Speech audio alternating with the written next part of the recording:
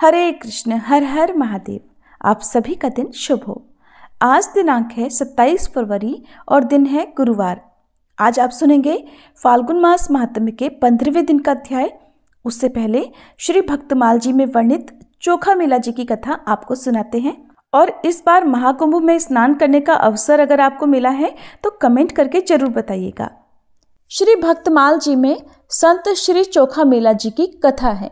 संत श्री चोखा मेला भगवान श्री विठ्ठल के अनन्य भक्त थे। पंढरपुर के पास मंगलवेढ़ा नाम के गांव में श्री चोखा मेला रहा करते थे। मरे हुए जानवरों को उठाना और साफ सफाई की सेवा आदि इनका कार्य था। जाति से ये चतुर्थ वर्ण के थे, इसलिए उस काल में इनको दूर से ही भगवान का दर्शन करना पड़ता। इस कारण से उन्हें कभी कभी बहुत दुख होता।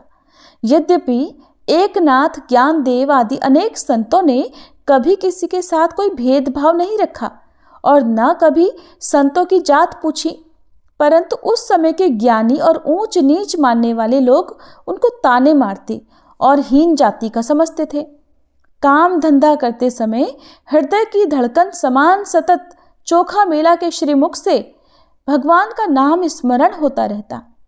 अनेक तीर्थों में घूमने के बाद जब ये पंढरपुर आए तब इनका मन यहीं पर लगा रह गया। संतों का साथ, नाम स्मरण, कीर्तन, विठ्ठल दर्शन से इनका मन पंढरपुर धाम को छोड़कर कहीं और जाने का होता ही नहीं था। बीच बीच में संत चोखा मेला पंढरपुर आते जाते रहते थे। इनके गुरु श्री संत नामदेव जी थे। अब क्या हुआ कि एक दिन रात्रि में मंदिर के महाद्वार के सामने एक शिला पर बैठे चोखा मेला भगवान को याद करके एक पद गाने लगे। हीन जाति का होने के कारण उनको दूर से ही भगवान के दर्शन करने पड़ते, परंतु भगवान की भक्ति में किसी तरह का कोई जाति भेद नहीं होता, ये प्रभु को प्रकट करना था। भक्ति करने का अधिकार तो सभी को है और इसी बात को प्रकट करने के लिए संत श्री चोखा मेला आदि अनेक संतों का प्राकट्य अन्य अन्य जातियों में हुआ है। भक्त हमारे निकट नहीं आ सकता, लेकिन ये भक्त रोज हमारे द्वार पर खड़ा रहता है। ये जानकर भगवान स्वयं मंदिर के बाहर आ गए। संत बाबा आनंद में गाने लगे और भगवान उनके साथ नृत्य करने लगे। भक्त का संग पाकर प्रभु अति आनंद में मगन हो गए और अपने कंठ का रत्नहार प्रभु ने संत जी के गले में डाल दिया। अब रात अधिक हो गई तो भगवान तो मंदिर में जाकर सो गए और बाबा भी मंदिर के बाहर सीढ़ियों पर ही सो गए। प्रातःकाल बाबा उठे और मंदिर का परिसर साफ करने की सेवा में लग गए। तुलसी माला पुष्पहार उतारते समय जब मंदिर में पुजारियों ने देखा कि भगवान के गले का रत्नहार तो गायब है, उन्होंने यहाँ वहाँ खोजा तो दृष्टि चोखा मेला पर पड़ी। पता चला कि हार तो चोखा मेला के गले में है। अब पुजारियों ने बाबा चोखा मेला जी पर ही चोरी का आरोप लगा दिया। देखते ही देखते लोगों की भारी भीड़ जमा हो गई और कुछ लोग तो संत जी को मारने पीटने भी लगे। बाबा ने बताया कि वो निर्दोष हैं और भगवान ने ये स्वयं हमको हार पहनाया है, पर उन्होंने संत बाबा की कोई बात नहीं मानी। अंत में उन्होंने श्री भगवान का स्मरण किया। अपनी वाणी में उन्होंने भगवान को पुकारते हुए कहा, हे प्रभु, आप दौड़कर हमारी मदद को आइए। अरे धीरे धीरे मत चलिए प्रभु, ये लोग मुझे मार रहे हैं। मैंने ऐसा कौन सा अपराध कर दिया प्रभु? मैं तो आपके निकट तक नहीं आता। ऐसे प्रसंग में मुझे अपने आप से आप दूर मत करो। अब मेरी रक्षा की जिम्मेदारी तो आपकी ही है प्रभु। कृपया जल्दी आइए, तेज तेज आइए। संत जी के गले का हार अब ऐसा कहते ही भगवान के कंठ में जा पहुंचा।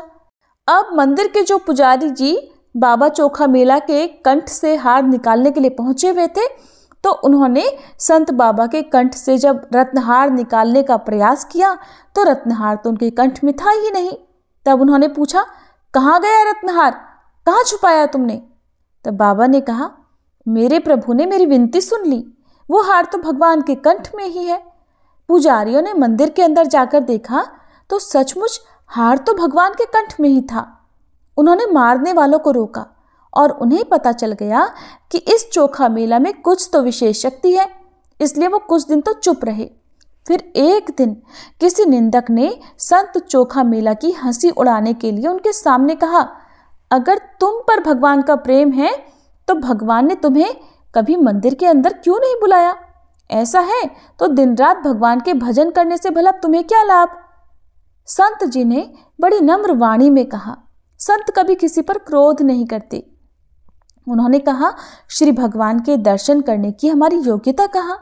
हम तो बस भगवान को दूर से ही प्रणाम कर लेते हैं और हमारा प्रणाम हमारे प्रभु को प्राप्त हो जाता है। भगवान हमसे बहुत प्रेम करते हैं। भगवान सब बात जान गए और उसी रात भगवान श्री कृष्ण संत जी की कुटिया में गए और उनका हाथ पकड़कर उनको मंदिर के अंदर ले गए। बहुत समय तक संत चोखा मेला और भगवान बातें करते रहे। प्रातःकाल पुजारी लोग जल्दी जल्दी उठकर मंदिर की प्रातःकाल सेवा की तैयारी में लगे। तब उन्हें मंदिर के भीतर से कुछ आवाजें आने लगी। उन्होंने चोखा मेला की आवाज पहचान ली। पुजारियों ने कहा, चोखा मेला, दरवाजे पर तो ताला लगा हुआ था, बताओ तुम भीतर कैसे आए? तो चोखा मेला जी अंदर से ही बोले, श्री भगवान ही मुझे हाथ पकड़कर यहाँ लाए हैं। अब ये घटना घटी तो सब लोगों ने ये समझ लिया कि भगवान तो इस अछूत के स्पर्श से अपवित्र हो गए हैं। अब वे चोखा मेला से ईर्ष्या करने लगे और उन्होंने चारों ओर ये बात फैला दी कि चोखा मेला के कारण भगवान अपवित्र हो गए। संत नामदेव उस दिन चोखा मेला से भेंट करने के लिए उनके घर पर गए। श्री नामदेव जी से चोखा मेला को हरिनाम का प्रसाद प्राप्त हुआ था। संत श्री नामदेव यद्यपि चोखा मेला के गुरु थे, परंतु नामदेव जी को संत चोखा मेला की भक्ति का प्रताप बड़ी अच्छी तरह से पता था। वे जानते थे कि संत चोखा मेला बहुत ही उच्च कोटि के महात्मा हैं। इसलिए नामदेव जी ने चोखा मेला के चरणों में प्रणाम किया और चोखा मेला ने भी नामदेव जी के चरणों में प्रणाम किया। फिर नामदेव जी को चोखा मेला की पत्नी और पुत्र से मंदिर में घटित प्रसंग का पता चला। तब थरथराते स्वर में चोखा मेला बोले, वो विट्ठल पांडुरंग, हमारा भगवान, हमारा सर्वस्व हमारे मन से जाता ही नहीं और उससे मिले बिना मुझे कुछ अच्छा नहीं लगता। और मेरे प्रभु को तो मेरे स्पर्श से कोई आपत्ति ही नहीं है। और उन लोगों का कहना है कि चोखा मेला ने भगवान को पवित्र कर दिया। नामदेव जी, हम आपके जैसे ज्ञानी तो नहीं हैं, परंतु संत चरणों का और भगवान का ही हमको आधार है। चोखा मेला जी की बात सुनकर नामदेव जी कहने लगे, बाबा, केवल मंत्र, स्तुति, स्तोत्र या फिर पुराणों का पारायण करके मन में भक्ति नहीं है तो क्या उपयोग? प्रभु तो केवल भाव के भूखे हैं, केवल भक्ति भाव मांगते हैं और वो भक्ति भाव आपके हृदय में तो कूट कूट कर भरा है। हमारा सखा पांडुरंग होते हुए हमें लोग निंदा से भला क्या? इन पर आप क्रोध करें, इनको गालियां दें तो भी इतनी पात्रता इनकी नहीं। संतों से डांट खाना, संतों का क्रोध भी सबको प्राप्त नहीं होता बाबा।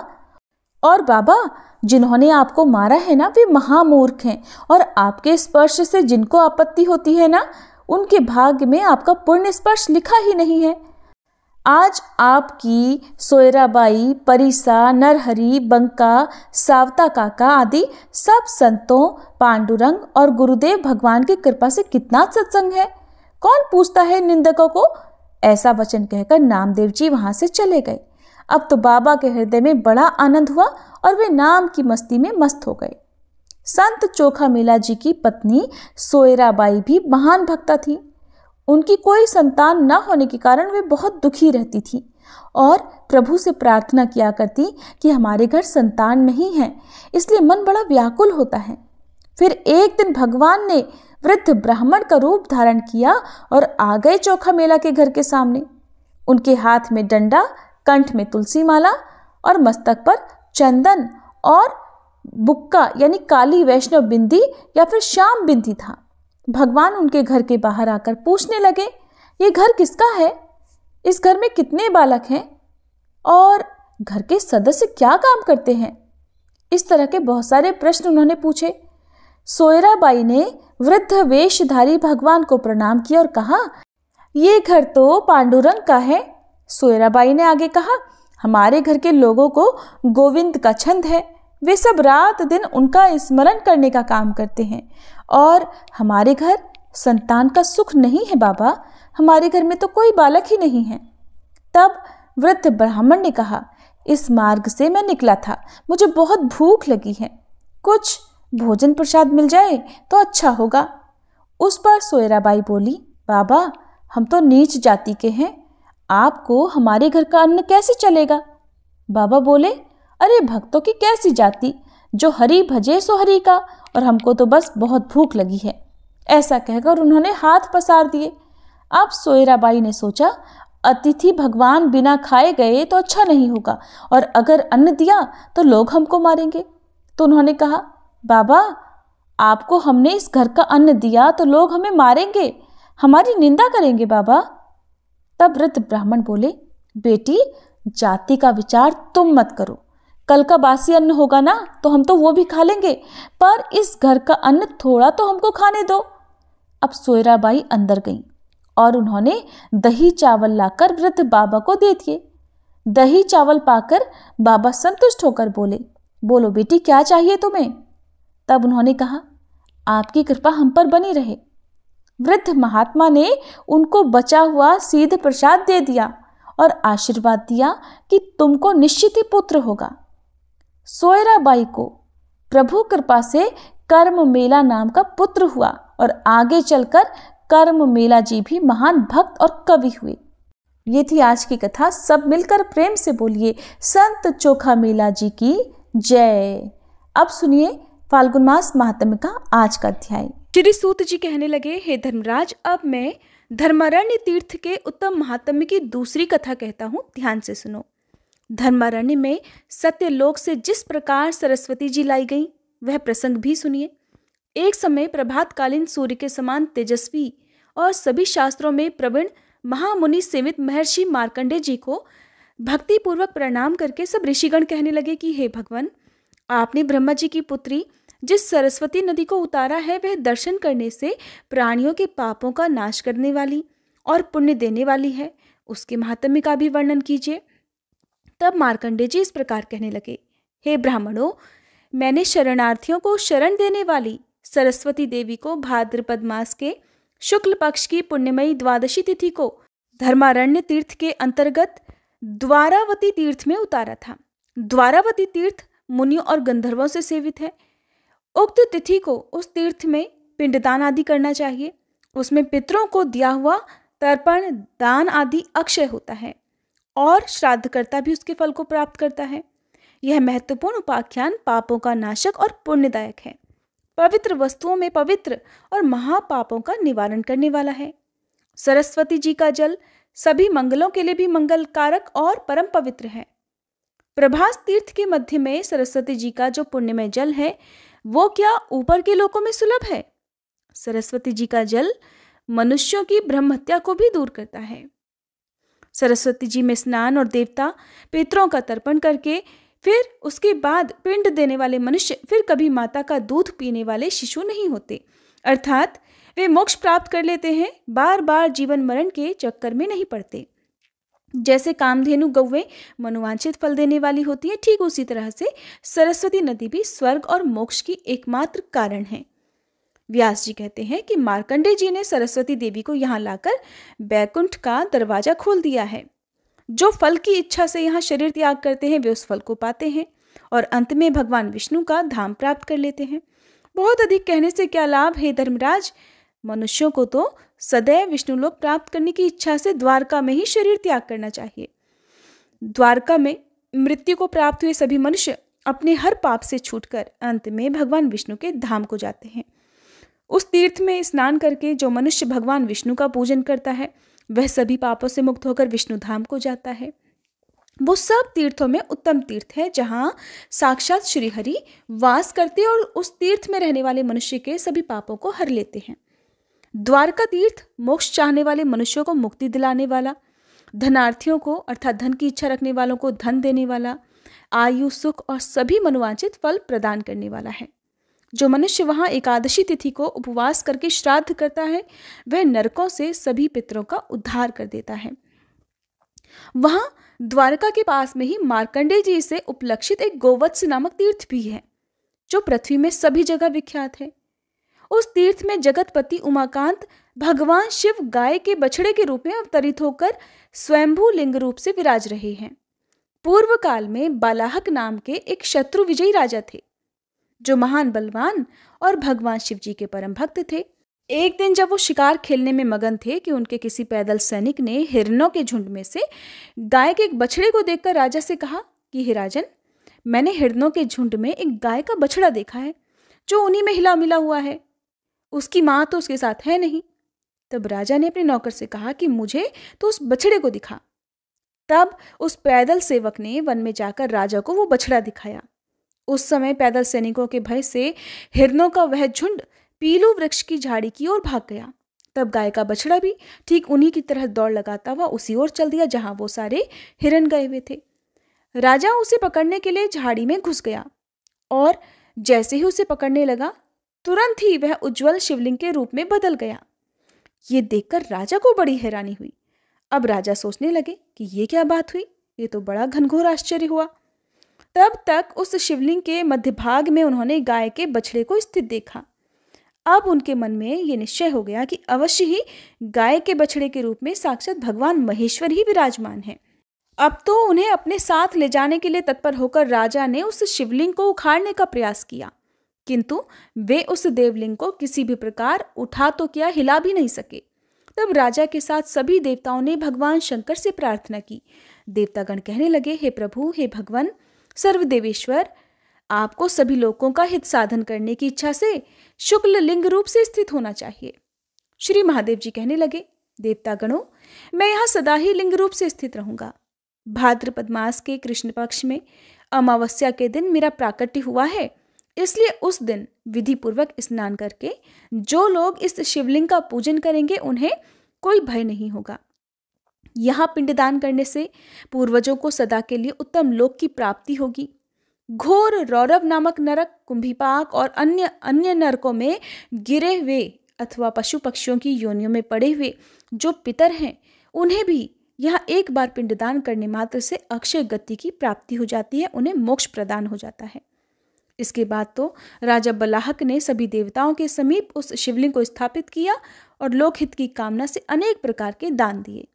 जब तक वे उस लिंग की पूजा करते रहे, तभी तक साक्षात भगवान शिव भी वहीं आ गए।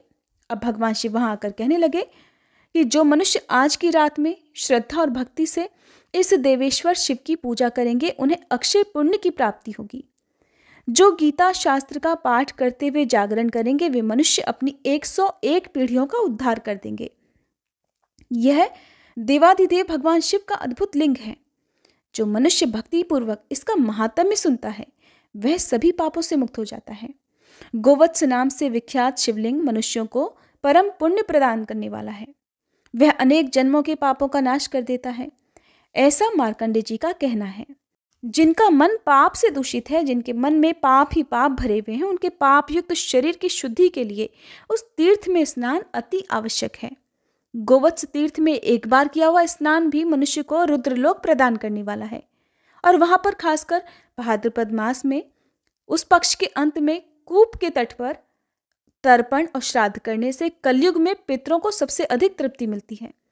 गया जी में 21 बार तर्पण करने पर पितरों को जो परम तृप्ति होती है, वह गंगकूप में केवल एक बार तर्पण करने से ही मिल जाती है। गोवत्स महादेव के पास में ही गंगकूप भी विद्यमान है। वहां तिल और जल से भी तर्पण करने पर पितर सद्गति को प्राप्त होते हैं, नरकों से छूट जाते हैं। उस तीर्थ में मुनीश्वरगण गोदान की प्रशंसा करते हैं। वहां पर 2 पीलू के वृक्ष स्थित हैं।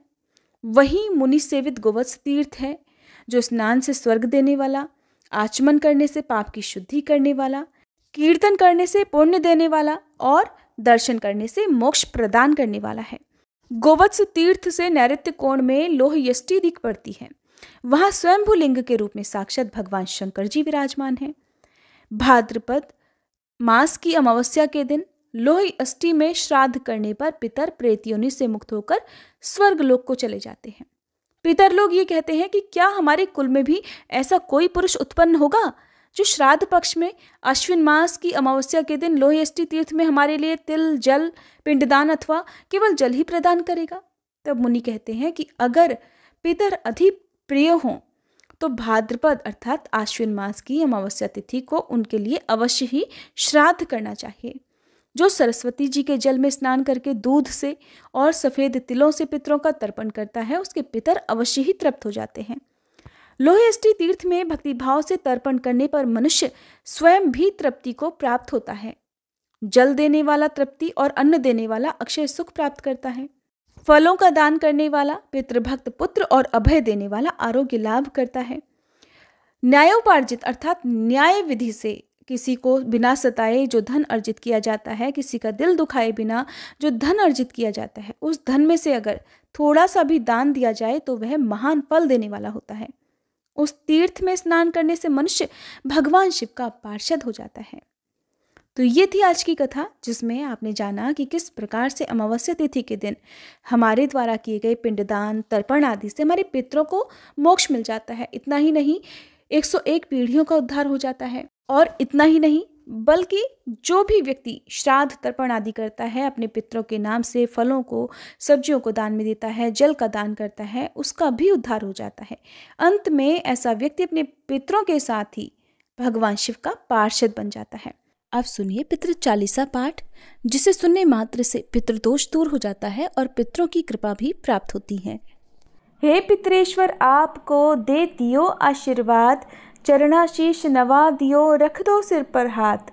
सबसे पहले गणपत, पाछे घर का देव मनावा जी। हे पितरेश्वर दया राखियो, करियो मन की चाया जी। पितरेश्वर करो मार्ग उजागर, चरण रज की मुक्ति सागर। परम उपकार पितरेश्वर कीन्हा, मनुष्य योनि में जन्म दीन्हा। मातृ पितृ देव मन जो भावे, सोई अमित जीवन फल पावे। जय जय जय पितर जी साई, पितृ ऋण बिन मुक्ति नाही। चारों ओर प्रताप तुम्हारा, संकट में तेरा ही सहारा। नारायण आधार सृष्टि का, पितर जी अंश उसी दृष्टि का। प्रथम पूजन प्रभु आज्ञा सुनाते, भाग्य द्वार आप ही खुलवाते। झुंझुनू ने दरबार है साजे, सब देवों संग आप विराजे। प्रसन्न होए मन वांछित फल दीन्हा, कुपित होए बुद्धि हर लीन्हा। पितर महिमा सबसे न्यारी, जिसका गुण गावे नर नारी। तीन मंड में आप विराजे, बसु रुद्र आदित्य में साजे। नाथ सकल संपदा तुम्हारी, मैं सेवक समेत सुत नारी। 56 भोग नहीं है भाते, शुद्ध जल से ही तृप्त हो जाते। तुम्हारे भजन परम हितकारी, छोटे बड़े सभी अधिकारी। भानु उदय संग आप पुजावे, 5 अंजुलि जल रिझावे। ध्वज पताका मंडपे है साजे, अखंड ज्योति में आप विराजे। सदियों पुरानी ज्योति तुम्हारी, धन्य हुई जन्मभूमि हमारी। शहीद हमारे यहाँ पुजाते, मातृभक्ति संदेश सुनाते। जगत पितरो सिद्धांत हमारा, धर्म जाति का नहीं है नारा। हिंदू मुस्लिम सिख ईसाई, सब पूजे पितर भाई। हिंदू वंश वृक्ष है हमारा, जान से ज्यादा हमको प्यारा। गंगा ये मरु प्रदेश की, पितृ तर्पण अनिवार्य परिवेश की। बंधु छोड़कर इनके चरणा, इन्हीं की कृपा से मिले प्रभु की शरणा। 14 को जागरण करवाते, अमावस को हम धोक लगाते। जात जड़ूला सभी मनाते, नांदी मुख श्राद्ध सभी करवाते। धन्य जन्मभूमि का है वो फूल, जिसे पितृमंडल की मिली है धूल। श्री पितर जी भक्त हितकारी, सुन लीजिए प्रभु अर्ज हमारी। निशिदिन ध्यान धरे जो कोई, तासम भक्त और नहीं कोई। तुम अनाथ के नाथ सहाई, दीनन के हो तुम सदा सहाई। चारिक वेद प्रभु के साखी, तुम भक्तन की लज्जा राखी। नाम तुम्हारो लेत जो कोई, तासम धन्य और नहीं कोई। जो तुम्हारे नित पाव पलोटत, नवो सिद्धि चरना में लोटत। सिद्धि तुम्हारी सब मंगलकारी, जो तुम पे जावे बलिहारी। जो तुम्हारे चरण चितलावे, ताकि मुक्ति अवसी हो जावे। सत्य भजन तुम्हारे जो गावे, सो निश्चय चारों फल पावे। तुम्ही देव कुल देव हमारे, तुम्ही गुरुदेव प्राण से प्यारे। सत्य आस मन में जो होई, मन वांछित फल पावे कोई। तुम्हारी महिमा बुद्धि बढ़ाई, शेष सहस्त्र मुख सके ना गाई। मैं अति दीन मलिन दुखियारी, करहूँ कौन विधि विनय तुम्हारी। अब पितर जी दया दीन पर कीजे, अपनी भक्ति शक्ति कछु दीजे। पितरों को स्थान दो, तीर्थ स्वयं ग्राम। श्रद्धा सुमन चढ़े वहाँ, पूर्ण हो सब काम। झुंझुनू धाम विराजे हैं, पितर हमारे महान। दर्शन से जीवन सफल हो, पूजे सकल जहान। जीवन सफल जो चाहिए, चले झुंझुनू धाम। पितर चरण की धूल ले, हो जीवन सफल महान। जय भोलेनाथ। आज के अध्याय में बस इतना ही। इसके आगे की कथा आप सभी आने वाले अध्याय में जरूर सुनिएगा।